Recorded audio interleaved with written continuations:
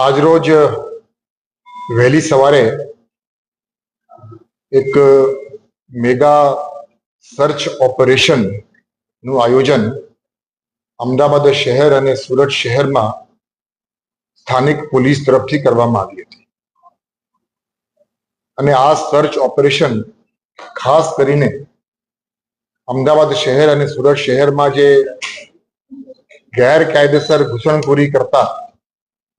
અને વસાવટ કરતા બાંગ્લાદેશીઓ છે એ લોકોની વિરુદ્ધમાં કડક કાયદેસરની કાર્યવાહી થાય તે હેતુથી આ સર્ચ ઓપરેશનનું આયોજન કરવામાં આવ્યું હતું અને આ સર્ચ ઓપરેશનમાં અમદાવાદ શહેર પોલીસના અને સુરત શહેર પોલીસના તમામ ઉચ્ચ પોલીસ અધિકારીઓએ આખી રાત આખું આયોજન કરવામાં બ્રેનસ્ટોર્મિંગ કર્યું અને સંપૂર્ણ વ્યવસ્થાઓમાં કોઈ પણ ભૂલ ન થાય એ અંગે તમામ બાબતોની કાળજી લેવામાં આવી અને એના કારણે આપણને ખૂબ સક્સેસફુલ ઓપરેશન રહ્યું છે એમ ચોક્કસ માની શકાય. આજે સવારે અમદાવાદ શહેરમાં જે મેગા ઓપરેશન કરવામાં આવી ગેરકાયદેસર બાંગ્લાદેશી નાગરિકોની વિરુદ્ધમાં, એમાં અમદાવાદ શહેરમાં કુલ 890 જેવા બાંગ્લાદેશીઓને ડિટેન કરવામાં આવી છે, જેમાં આશરે 465 કે 470 જેવા પુરુષો છે અને બાકી મહિલાઓ છે અને બાળકો છે. એની સાથે સાથે સુરત શહેરમાં જે સર્ચ ઓપરેશન રાખવામાં આવી એમાં પણ સુરત પોલીસને 135 જેવા ગેરકાયદેસર બાંગ્લાદેશીઓને ડિટેન કરવામાં એમને સફળતા પ્રાપ્ત થઈ છે. અગાઉ પણ અમદાવાદ શહેરમાં અને રાજ્યના અલગ અલગ જિલ્લાઓમાં ગેરકાયદેસર વસાવટ કરતા બાંગ્લાદેશીઓ વિરુદ્ધ ગુજરાત પોલીસ તરફથી કામગીરી કરવામાં આવતી હોય છે અને પકડાયા પછી નિયમ મુજબ એ લોકોની ઇન્ટ્રોગેશન થાય છે. ઇન્ટ્રોગેશનમાં સ્થાનિક પોલીસની સાથે સાથે રાજ્ય સરકાર અને કેન્દ્ર સરકારની અલગ અલગ સંસ્થાઓને સાથે રાખીને જોઈન્ટ ઇન્ટ્રોગેશન કરવામાં આવે છે અને જોઈન્ટ ઇન્ટ્રોગેશન પછી બાંગ્લાદેશી આઈડેન્ટિટી એસ્ટાબ્લિશ કરવા માટેના પુરાવાઓ એકત્રિત કરી કેન્દ્ર સરકાર સાથે સંકલનમાં રહી આ ગેરકાયદેસર બાંગ્લાદેશીઓને ડિપોર્ટેશનની કાર્યવાહી પણ કરવામાં ભૂતકાળમાં પણ થઈ છે. પણ આજે સવારે અમદાવાદ શહેર અને સુરત શહેરમાં જે કામગીરી થઈ છે એ મને લાગે છે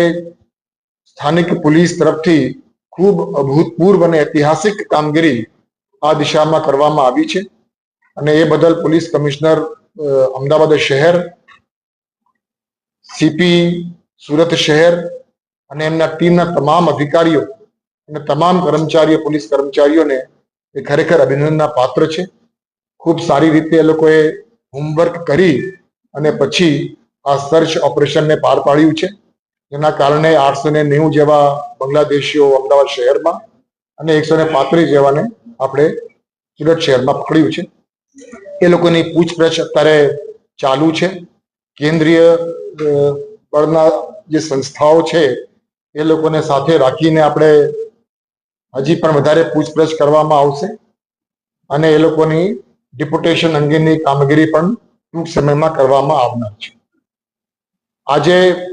અમદાવાદ શહેર અને સુરત શહેરમાં જે કામગીરી થઈ છે એ પ્રકારની કામગીરી સમગ્ર રાજ્યમાં થાય. ગુજરાત રાજ્યના દરેક જિલ્લામાં આ પ્રકારની અસરકારક અને પરિણામલક્ષી કામગીરી થાય અને ગેરકાયદેસર વસાવટ કરતા બાંગ્લાદેશી નાગરિકોને શોધી કાઢવા અને એ લોકોની વિરુદ્ધમાં નિયમ મુજબની કાર્યવાહી કડક રીતે થાય એના માટે સૂચના આપવા હેતુ અત્યારે એક વિડીયો કોન્ફરન્સના માધ્યમથી દરેકને સૂચના આપવામાં આવી હતી. આ આખી જે વ્યવસ્થાઓ છે એ વ્યવસ્થાઓમાં ગુજરાત પોલીસના તમામ અધિકારીઓ, તમામ કર્મચારીઓ, દરેક પોલીસ સ્ટેશનના SHO એમાં જોડાય અને નિકટ ભવિષ્યમાં આવતા દિવસોમાં અલગ અલગ એકમોમાં પણ આ પ્રકારની કામગીરી થાય તે બાબતે એક વિડીયો કોન્ફરન્સ રાખવામાં આવી હતી અને એ વિડીયો કોન્ફરન્સમાં ગુજરાત રાજ્યના માનનીય ગૃહમંત્રી શ્રી પણ ઉપસ્થિત રહ્યા હતા અને એમની સાથે સાથે તમામ વરિષ્ઠ પોલીસ અધિકારીઓ, તમામ police commissioner, range head, police અધિક્ષક, law and order, CID crime, ATS, એ તમામને એ વિડીયો કોન્ફરન્સના માધ્યમથી આગળની જે ભવિષ્યની જે રણનીતિ છે એ રણનીતિ અંગે ચર્ચાઓ કરવામાં આવી અને દરેક જિલ્લામાં આ પ્રકારની કામગીરી હવે ટૂંક સમયમાં હાથ ધરવામાં આવનાર છે અને ગુજરાત પોલીસ